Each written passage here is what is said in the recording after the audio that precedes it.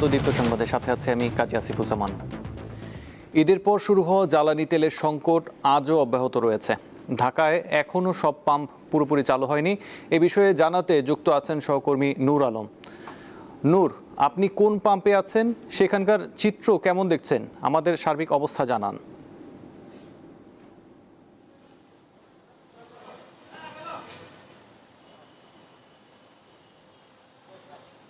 হ্যাঁ আসিফ, আপনি জানেন যে পবিত্র ঈদুল ফিতরের পরবর্তী আজকে সরকারি ছুটির দিন এবং সেক্ষেত্রে রাজধানীর যে চিত্র সেটা একেবারেই আসলে সেই পুরনো রূপে কিন্তু ফিরতে শুরু করেছে। তবে আপনি জানেন যে তেলের যে সংকট, সেই সংকট কিন্তু বেশ কয়েকদিন ধরেই কিন্তু আসলে রাজধানী সহ সারা দেশেই চলছে। সেক্ষেত্রে আমরা এই মুহূর্তে রয়েছি যে মহাখালী যে তসিফা তেল পাম্প সেখানেই রয়েছে। অথবা আমি সকাল থেকে কিন্তু রাজধানীর বেশ কয়েকটি তেলের পাম্পে আমি ঘুরেছি। আসলে সেখানকার যদি সার্বিক যে পরিস্থিতি বা চিত্র যদি আপনাকে একটু বলতে চাই, যে প্রতিটি তেলের পাম্প যে তারা রয়েছে আসলে সেখানে কিন্তু তেল দিচ্ছে না, অর্থাৎ তেলের বন্ধ। তবে আমরা এখানে এসে যে তেলের পাম্পটিতে রয়েছে সেখানে কিন্তু আসলে তেল দিচ্ছে, তবে সেটা রেশনিং পদ্ধতি, অর্থাৎ সরকার কিন্তু বলেছে যে যেহেতু রেশনিং পদ্ধতির মাধ্যমেই কিন্তু আসলে প্রতিটি যানবাহন তেল নিচ্ছে এখান থেকে। এবং এতে করে আমরা একবার দেখেছি যে যারা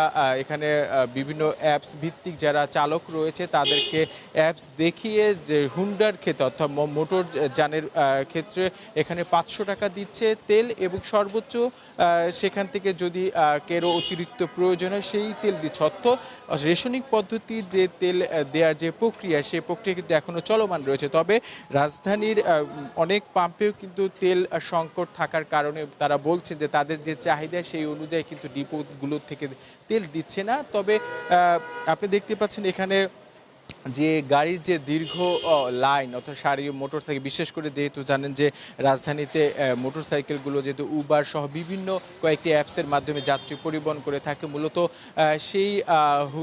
সেই যানবাহনগুলোই কিন্তু তেল নেওয়ার জন্য আছে। তবে আমরা এখানে যারা ক্রেতা বা তেল নিচ্ছে, যারা ভোক্তা, তাদের সাথে কথা বলেছি। তারা বলছে যে আসলে দীর্ঘ 2 থেকে 3 ঘন্টা লাইন অপেক্ষা করি তাদের যে কাঙ্ক্ষিত যে তাদের যে প্রয়োজন মতো যে তেল তারা কিন্তু সেটা পাচ্ছে। তবে সেক্ষেত্রে আমরা এখানে যারা পাম্প কর্তৃপক্ষ রয়েছে তাদের সাথে কথা বলেছি। তবে সেই সংকট তারা বলছে যে যেহেতু তাদেরকে পরিমাণ মতো তেল দিচ্ছে সেই অনুযায়ী তারা যেন প্রতিটি যানবাহন যেন তেল পায় সেই ব্যবস্থাও কিন্তু তারা নিচ্ছেন। আসিফ, এই ছিল আমার কাছ থেকে আজ যে তেলের যেই খবর তার সর্বশেষ। জি, মহাখালী থেকে ছিলেন নূর আলম। নূর আলম, আপনাকে ধন্যবাদ। 2007 সালে 1/11 সময়ের আলোচিত সাবেক সেনা কর্মকর্তা মাসুদ উদ্দিন চৌধুরীকে গ্রেপ্তার করেছে ঢাকা মহানগর পুলিশ ডিএমপির গোয়েন্দা বিভাগ। সোমবার গভীর রাতে রাজধানীর বারিধারার ডিওএইচএস এলাকার বাসা থেকে তাকে গ্রেপ্তার করা হয়। ডিবি প্রধান জানান, অবসরপ্রাপ্ত লেফটেন্যান্ট জেনারেল মাসুদ উদ্দিন চৌধুরীর বিরুদ্ধে 5টি মামলা রয়েছে। এসব মামলার বিষয়ে যাচাই বাছাই চলছে এবং যে কোনো একটি মামলায় তাকে গ্রেপ্তার দেখানো হবে। এছাড়া ফেনীতে দায়ের করা বৈষম্য বিরোধী একটি মামলায় তার বিরুদ্ধে গ্রেপ্তারি পরোয়ানা রয়েছে। আজই তাকে আদালতে তোলা হতে পারে।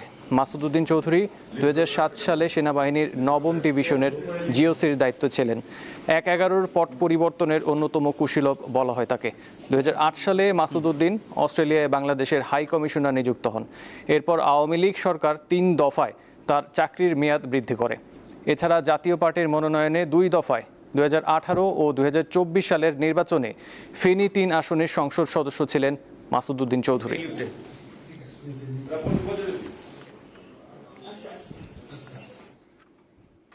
সর্বাধুনিক সুযোগ সুবিধা সম্পন্ন ঢাকা উত্তর সিটি কর্পোরেশন গড়তে নাগরিক সেবা অ্যাপস চালু করেছে জামায়াত ইসলামী। এই অ্যাপের মাধ্যমে নগরবাসী সরাসরি তাদের সমস্যা জানাতে পারবেন এবং জামায়াত এসব সমস্যা সমাধানের চেষ্টা করবে বলে জানান দলটির নেতারা। 196.22 বর্গ কিলোমিটার এলাকা নিয়ে গঠিত ঢাকা উত্তর সিটি কর্পোরেশন 54টি ওয়ার্ডের মাধ্যমে নাগরিক সেবা দিয়ে যাচ্ছে এই সিটি। 2022 সালের সর্বশেষ জনশুমারি অনুযায়ী এই সিটির জনসংখ্যা 59,79,537 জন প্রতি বর্গ কিলোমিটারে, যার জনসংখ্যার ঘনত্ব দাঁড়ায় 30,531 জন। বিশাল এই জনসংখ্যার নগরীতে নানা সময় ক্ষমতার পালাবদল হলেও এখনও জলাবদ্ধতা ও মশার উপদ্রব, অপরিকল্পিত নগর ব্যবস্থাপনা ও নগর প্রশাসনের নাগরিক সেবার মান নিয়ে অসন্তুষ্ট ভোটাররা। 2-3 মাস যাবত এমন মশার আগে জীবনে কোনোদিন মশারি টানাই নেই। আমরা কেন আজকে এত সাফার? আমার তো ট্যাক্স নিচ্ছে, পয়সা নিচ্ছে, সব কিছু দিচ্ছে। তবে এবার সরকারের পাশাপাশি প্রথম কোনো বিরোধী দল হিসেবে ঢাকা উত্তর সিটি কর্পোরেশনের নাগরিক সমস্যার সমাধানে নাগরিক সেবা অ্যাপস চালু করল জামায়াত ইসলামী। এর মাধ্যমে নগরবাসী তাদের সমস্যা সরাসরি জানাতে পারবেন। তারা যদি আমাদেরকে টাইম টু টাইম আমাদেরকে জানায় তাদের সমস্যাগুলো, তাহলে সহজে আমরা ভিজিট করতে পারবো এবং সমাধান দিতে পারবো। যতটা পারি আমরা দিব সামর্থ্যের মধ্যে, আর যেটা আমরা পারবো না এটা সরকারের আমরা দৃষ্টি আকর্ষণ করব। এই হলো আমাদের অ্যাপ তৈরির মূল উদ্দেশ্য এবং এটা আমরা সাড়া পাচ্ছি ভালোই। আমরা মনে করি যে বলার সাথে সাথে নিজে করেও দেখানো দরকার, এক্সাম্পল সেট করা দরকার। এই জন্য আমরা রাস্তার বাঙ্গন রোধে, ফ্লাইওভারের বাঙ্গন রোধে আমরা কাজ করেছি। মশক নিধনে আমরা কন্টিনিউয়াস চেষ্টা চালিয়ে যাচ্ছি। তিনি আরও জানান, প্রতিদ্বন্দ্বী হিসেবে নয়, দায়বদ্ধতা থেকে সরকারের সহযোগী হিসেবে একটি মডেল সিটি কর্পোরেশন নির্মাণে অংশীদারি হতে চায় জামায়াত। আসলে সরকারের উপরে আর সিটি কর্পোরেশনের প্রশাসকের উপরে ভর করে বসে থাকলে নাগরিক সমস্যার সমাধান হবে না। এই নগরের আমরাও নাগরিক। মশা নিধনের জন্য যে টাকা লাগে, ওনারা বলুক যে আমরা সরকারিভাবে পারছি না, কেউ আগেই আসেন।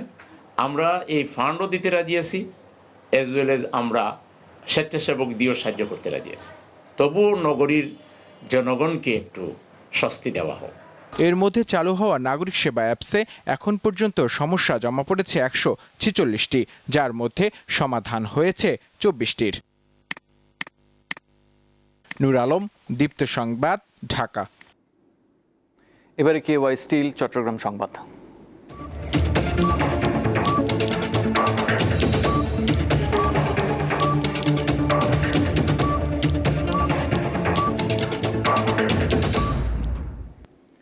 ক্ষতিকর তামাক চাষে ঝুঁকছে চট্টগ্রামের লোহাগাড়া উপজেলার কৃষকেরা। কোম্পানিগুলোর বিভিন্ন সুযোগ সুবিধা আর চমকপ্রদ প্রস্তাবে ঋণের জালে বন্দী হয়ে তামাক চাষ করছেন তারা। কৃষি বিভাগ বলছে, কৃষকদের নিরুৎসাহিত করার পাশাপাশি বিকল্প ফসল চাষের পরামর্শ দেওয়া হচ্ছে। চট্টগ্রামের লোহাগাড়া উপজেলায় কৃষি জমিতে তামাক চাষ করছেন কৃষকরা। ক্ষতিকর জেনেও অধিক লাভের আশায় তারা চাষ করছেন তামাক। কৃষকরা জানান, ধান সহ অন্যান্য ফসল চাষে তাদের ঋণ করতে হয়, কিন্তু এরপরও তারা ন্যায্য মূল্য পায় না, তাই বাধ্য হয়ে তামাক চাষ করছেন। বীজ বপন থেকে শুরু করে 6 মাসের মানে শেষ করা পর্যন্ত আমাদের বিভিন্ন দফায় দফায় আর্থিকভাবে বিভিন্ন সার, বিভিন্ন কীটনাশক, যাবতীয় সরঞ্জাম সরবরাহ করা আধুনিক পদ্ধতিতে। আর অন্যান্য চাষের চাইতে এই চাষ কি লাভজনক, সেজন্য আমরা তামাক চাষ করতে আগ্রহী। অন্য খেতে করলে আর তো লোন লইয়ের খেতে করা করেন, ইয়ার আইবা করলে আর তো আগত লোন দিতে লাগে, এত লারা গরিব বেশি। তামাক চাষে একদিকে জমির উর্বরতা নষ্ট হচ্ছে, অন্যদিকে কৃষকদের শরীরে বাসা বাঁধে নানা ধরনের রোগ। কৃষি বিভাগ বলছে, কোম্পানিগুলোর প্রলোভনে কৃষকরা তামাক চাষ করছে। নিরুৎসাহিত করার পাশাপাশি বিকল্প ফসল চাষের গুরুত্ব তুলে ট্রেনিং করানোর কথা জানান এই কর্মকর্তা। তামাক চাষ আলটিমেটলি যে জমির ক্ষতি করে, সেই ক্ষতির কারণগুলো তাদেরকে বুঝিয়ে, পরিবেশগত দিকটা বুঝিয়ে তাদেরকে আমরা তামাক চাষ থেকে বের করে নিয়ে এসে ধান চাষে এবং উচ্চ মূল্যের ফসল চাষগুলো যেগুলো আছে সেগুলোতে উৎসাহিত করছে কৃষকদের। চলতি মৌসুমে 13 হেক্টর জমিতে তামাকের চাষাবাদ হয়েছে। সঞ্জিদা প্লাবনী, দীপ্ত, বার্তা কক্ষ। ছেলেদের সাফ অনূর্ধ্ব 20 চ্যাম্পিয়নশিপে বিকেল 4:45টায় বাংলাদেশের মুখোমুখি হবে পাকিস্তান। সাফের বয়সভিত্তিক টুর্নামেন্টে পাকিস্তান দলকে অতিথি বললে ভুল হবে না। এই নিয়ে দ্বিতীয়বার খেলছে তারা।